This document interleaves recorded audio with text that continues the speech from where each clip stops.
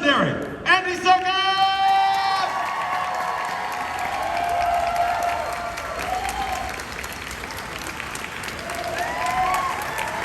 Keep it going, come on.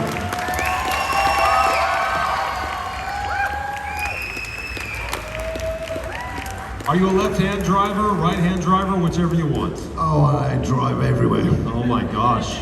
You have people drive you though now, right? Isn't this amazing? Is this incredible? Hi everybody. You all having a good time? He has been going non-stop. I've been watching you for the last 3 days. How do you keep up this energy? Is it just part of you? I'm just feeding off these guys. I mean, these are the guys who've got energy. I don't know how you guys have kept going. You're just on your feet all day long, going around. It's just wonderful. Honestly, I'm really loving it here. My friend Mara, who's here somewhere, yesterday she met you. Hi Mara, wherever you are, you're a fan. Somebody said, ooh, there she is, she's standing up. Do you recognize Mara? Oh yeah. So she lost it yesterday. She was in tears when she met you. And then last night, another friend of mine said they met you at the end of the night and you had this incredible energy. She was in tears when she met you. What is it like to? Why do you make people cry? Why are you constantly making people cry? I'm sorry, I don't mean to. I mean, we're supposed to be having fun. I don't know. Are you used to that kind of reaction? Do you get that a lot? Or is it just kind of in these kinds of settings, like with the Middle East Film and Comic Con? I suppose when I meet people, the characters, I think it's the connection to the characters, and that's what's so gratifying and what is really exciting about meeting them all is hearing your passion and feeling your passion, and that really fills me with such excitement. So I mean, it is I guess emotional meeting people who have been part in some way connected to your lives for such a long period of time. How long have you been acting from day one? How many years have you counted? Oh gosh, so I started acting professionally in 1987. Okay, Yeah.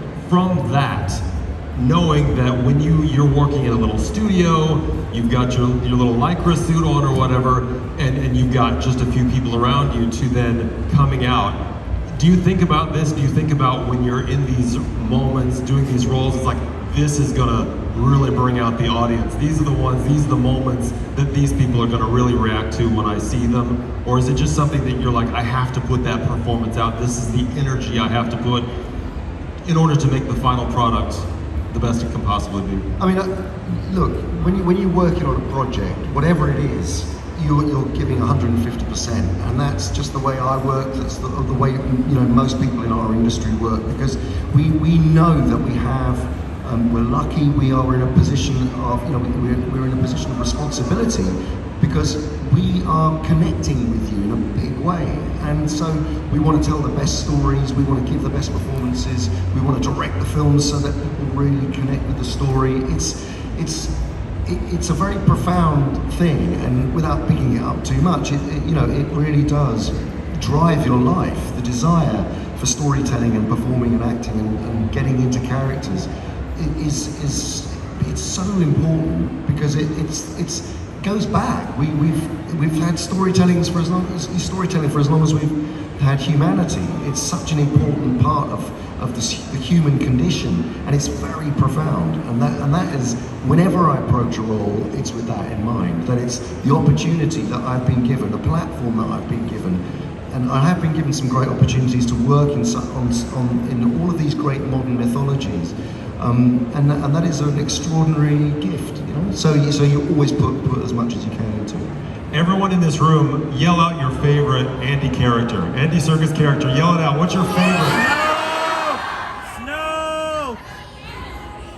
Snow! Caesar! Okay, let's just do this by hand. Okay, so all the Gollum lovers. That's significant. That's a significant. You even got a lightsaber on that one. So how has it changed? Obviously movement, motion capture, you are known for that. Of course, you've done everything. You've done the prosthetics, you've obviously acted with your own face from time to time, but let's talk about real quick the motion capture. How has that changed from day one? Was Gollum your first motion capture? Yeah, I mean, it was Gollum. I just You know, look, just to backtrack a little bit, when I started working in theatre, you know, I did a lot of theatre before I went anywhere near television and film. I think I've done about 30 or 40 plays before I even started in screen work. And what that teaches you is a connection of a connection between body and voice and the psychology of the character that you're playing. And when I started acting, the very first job I had was in a theatre company where I was rehearsing during the day a play, and then at night I was performing another play. So you were constantly finding ways of creating characters vocally and physically that were different to the ones that you were performing at night while you were in rehearsal. And also I was lucky enough to work very early on with a director who really encouraged you to think about why you are an actor, and that is a crucial part of what makes me do what I do, even to this day. Because, you know, actors we're all different beings, and we all approach the art and craft of acting in very different ways. But for me, it was the director, my first director, said, look, you are given an opportunity to go out, research a character, come back and share the evidence with an audience. So you're providing a service. That is the job of the actor, and I truly still believe that to this day. You know, for all the, you know, there are actors, if you see it as some kind of vain reflection of yourself, or some self-therapy, or some, you know, or about celebrity or fame or any of those things, you're kind of missing the point. We are here to serve you, and that starts everything off. Anyway, and that's why you're an actor. Would you say that's in your heart of hearts, you're an actor to serve them? Absolutely, to tell stories. And so when a technology like motion capture came along, I happened to be at the right place at the right time. Before I became an actor, I was just very much into visual arts and telling stories using visual means. So in a way, I was very lucky to happen upon this technology which combined a visual art aspect of manifesting a character on screen. So I'd been used to wearing costumes and makeup and so on and so forth, but here you had this magic suit, if you like, that you put on that could transform you into anything. And over the years, it's gone from just capturing the physicality to capturing physicality with the facial expressions, with dots on your face, through to then audio, having head-mounted cameras which you can then go outside and shoot on location. And so that has been a kind of a huge progression. And let me tell you something. In the early days, the film industry really looked down on video games as a substandard art form.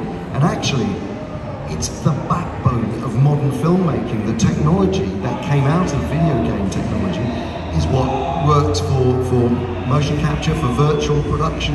All of the big movies that you probably love are constructed purely using video game technology, a lot of them, and then you choose what you're going to shoot live action. So it's very, very interesting how it's changed. What is your process? Now, is your process any different from when you were doing Gollum to when you were doing Snoke? Like, as far as the actual physicality, the preparation, I mean, are you still wearing the little suit with the little balls on it to make sure that they know exactly where every body part is? Is there anything that has been far more different for you as a performer now than it was in the very beginning? Well, as I say, the suit's the same, pretty identical. That hasn't changed in 20 years. It doesn't leave much to the imagination either. No, it's not the most flattering thing to wear. But actually, what has changed is the ability to shoot on location and to shoot, like, for instance, all of the Apes movies we shot in the rainforests of Vancouver and in town, in the center of New Orleans, and to be able to make it mobile and shoot out, has made a huge difference. Because then you do get all of the interaction with the elements, which is amazing. And then head-mounted cameras, that's the other thing. So you're not tethered to any sort of cables or anything. You can freely move around, and these head-mounted cameras with booms, which then film your face close up. That's been a big significant change. And how many people, you must have all seen Avatar, right? The new one. Yeah, it's incredible. The level of nuance in the facial expressions. You know, it's the same Weta, visual effects company who started with me back in the day on Lord of the Rings. Went all the way through the Apes films and Avatar, and that's why they're, you know. I mean, the facial capture for Avatar, the new Avatar, is really exceptional. If you can probably notice every single, you know, expression, human expression is very, very readable in that movie. It's come a long way, right? You study animals a lot, right? For the things that you do, you go to the animal kingdom. I'd read that for Gollum, it was your cat. True? Yeah, partially. Diz, my cat, was responsible for the voice because among other inspirations, I was looking for something physical that was connected to Gollum's, you know, being strained in the throat, carrying the guilt of killing his cousin. But you know, Tolkien writes, he's called Gollum because of the way he speaks. So there was something about that kind of sound.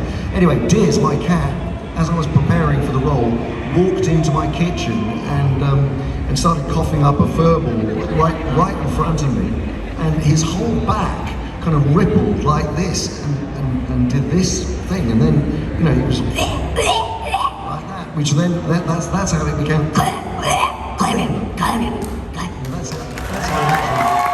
I wasn't going to do that. I just came out. And you saw your cat spitting up a hairball and you said, "That's so inspiring." Totally, absolutely. I owe Diz, my cat, my career basically. You studied apes as well, apes, right? Yeah. Who is, I don't know, they talk about a spirit animal. Do you have a spirit animal? Mine is a giraffe. Oh really? I'm tall. That's really the only reason. Who's your spirit animal? I am probably an ape in another life. I think that's probably fair. So for King Kong, I went to Rwanda and studied mountain gorillas, and their rhythm, their movement was very slow and deliberate. They're kind of like chilled out hippies, you know, sort of all just lounging around eating bamboo, and big families, and really take their time. All their body move, you know, their whole rhythm is very slow. And then you look at gorillas in captivity, and of course they're surrounded by human beings all day long, looking through glass at them, and their rhythm is a lot quicker. Facial expressions are more human. I mean, they're 97% genetically the same as us, of course. For Caesar, I based him on a particular chimpanzee called Oliver, who in the 1970s had a lot of experiments done on his DNA because they were convinced that he was half human and half ape. And he would literally sit in a chair with his legs crossed and just you know, look around, and all his facial expressions were very, very human-like. Oliver. I'm Googling that later. Please do. I have to see check it out. He was taken on a world tour, and he would sit in a plane, and you know, he would sit with his handler on a plane, flown as he was being flown from place to place. You obviously you were Kong, and this is a question from me. Godzilla is one of my all-time favorite characters, and I'm like, has he? And I had to look it up. You have never actually been the character of Godzilla, right? You did work on the film. Yep. And I actually did some capture. Oh, did you? For the first Godzilla, recent of the Godzilla movies. And I had a very long tail strapped to my backside, and which actually it really helped. It really helped.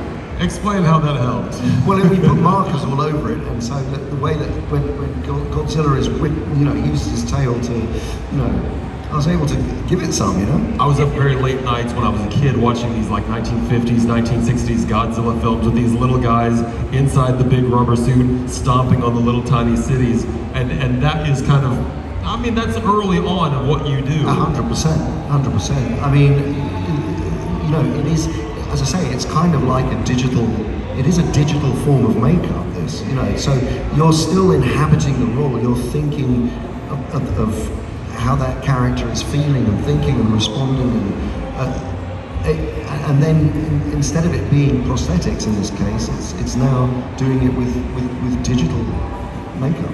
I mentioned this in the big panel yesterday, and I wanted to spend so much more time with you, which I'm glad we've got a chance to. Did anybody see The Batman with Robert Pattinson and Andy Serkis? Do we want a sequel? Are we getting a sequel? There is a sequel. Yeah, there's a sequel. Are you in it? Is Alfred coming back? Well, I'd like to think so. Yeah. I mean, I hope so. Matt Reeves is a very good friend of mine, and you know, he did 2 of the Apes movies and then Batman, and he really wanted. After we'd finished Apes, he was like, Andy, I want to work with you on something where we can see your face this time. And then when he was working on Batman, he said, look, I'd love you to play Alfred. And he wrote a really beautiful version of Alfred and the kind of the relationship between Bruce and Alfred. So I was thrilled to do that. He's such a fine, amazing director, just super talented, very, very actor-friendly director, and a great writer and visionary. So did you all enjoy the Batman? Well, they did ask for a sequel, so I hope they enjoyed it. Your Alfred is kind of, you know, in the past we've seen Michael Caine, some amazing Alfreds in the past, but they're usually wise and a bit frail, whereas you're kind of wise and, I mean, you can handle yourself. And there was a moment, and I don't know if I'm the only one, but I thought, are they going to kill off Alfred, the Batman movie? Because, I mean, you felt that, and I thought, this could go a very dark place. Fortunately, you did. Spoiler alert. I'm sorry if you haven't seen the Batman. Go watch it, okay? But you do carry on. How did you approach that, knowing there's a history, as there are in all of these characters? I feel like every time we have a new Batman, a new Superman, or something, you have to. Everyone's gonna look at that role as what they already perceived it before, whatever the actor was before did it. Did you go into that with any kind of hesitation, or were you? I'm so proud to be doing this, and I'm going to make this part my own? No, I mean, the way I approached it was I knew that Matt, whatever he was going to write, it would have substance, that it would be original, and that it would be, it would be different. I mean, obviously you're handed a role which has got an enormous past, but that's the great thing about acting in these projects. Like I was saying to you yesterday, you are sort of the custodian of these projects for a period of time. You are given the gift of these roles, knowing that rather like any sort of Shakespeare play, that in the future someone else will play Hamlet or Iago in Othello or King Lear. But whilst you've got it, you make it your own. Even as we speak with Matt directing and making his new version of Batman, of course, there's the joke. There's going to be a second Joker film, as we know, and also the whole DC universe, which is about James Gunn's taken over. So everyone is aware that they've got a piece of this huge franchise that they want to, really put their heart and soul into in different ways. And the same approach happens when you're acting. So I knew that I wanted to make Alfred, carry this guilt, basically, that he was strong, that there was a strength there, that he was a soldier, that he had trained in security, probably worked for MI5, and then would have been security for, say, a royal family, or sort of quite high-standing families, and then ends up working for Bruce for the Wayne Enterprises, and isn't there for Bruce in his hour of need with his parents. So carrying that guilt was very much part of the way that we approached it. And you feel it, especially with the way you play it. I'm going to ask something very controversial right now. Who is Team DC? Make some noise. Team Marvel. Now this is something that I've always kind of wondered. When you're an actor, and obviously an actor of your level, maybe you can call the shots a little more than other people. You have done both. Now you've been in the DC universe and the Marvel universe. You were in Black Panther, amazing in Black Panther. Infinity War. Which one were you in? You started Marvel in Age of Ultron. Avengers. Okay. Is there any? I don't know, when you show up to a DC set, are there any executives being like, oh, why do we have a Marvel guy here, and vice versa? Or do you have to agree? It's like, okay, I have to play both sides. I'm happy here in both. worlds, or is it just not talked about? It's like you leave that to the business people. Look, I don't think there's that kind of battle going on really between them. I really don't think that they're both respectful of each other's franchises, and everyone wants everyone to succeed because we want people to go to the cinema. We want people to get out, and post-COVID more than ever, you want people. It's not quite there yet, and we're really, really conscious of the fact that we need and want, as hopefully you will feel the same. You want cinema to continue, and we don't all just want to, much as though we all love watching extended form TV on streaming platforms. We absolutely want that experience of all sitting together in a cinema. And actually, whatever the new forms of that will be in the next 5 to 10 years, which are going to be interesting. And speaking of COVID, during the pandemic, this speaks so much. This man has more work ethic, I think, than I've ever seen anyone have. You've done some incredible things, and we talked about that in the big panel yesterday. He learned 30 operas, he played the violin, he learned how to play the violin for a movie he was in for 60 seconds, or 3 minutes or something. Crazy, right? During the pandemic, you read the entire Hobbit, front to back, the entire thing. How long did that take you? You did a live stream and you read the entire thing for how long? It was 11 hours, I think, and I had 4 2-minute pee breaks. 8 minutes. You got 4 breaks. I was I was delirious by about hour 8 of reading, and I know there are whole passages. Where I started off reading thinking it was Gandalf, and by the end it was Thorin. It was like, oh no! So I had to retreat. That was a thing. That was a thing, yeah. But it was great. I loved doing it, and we raised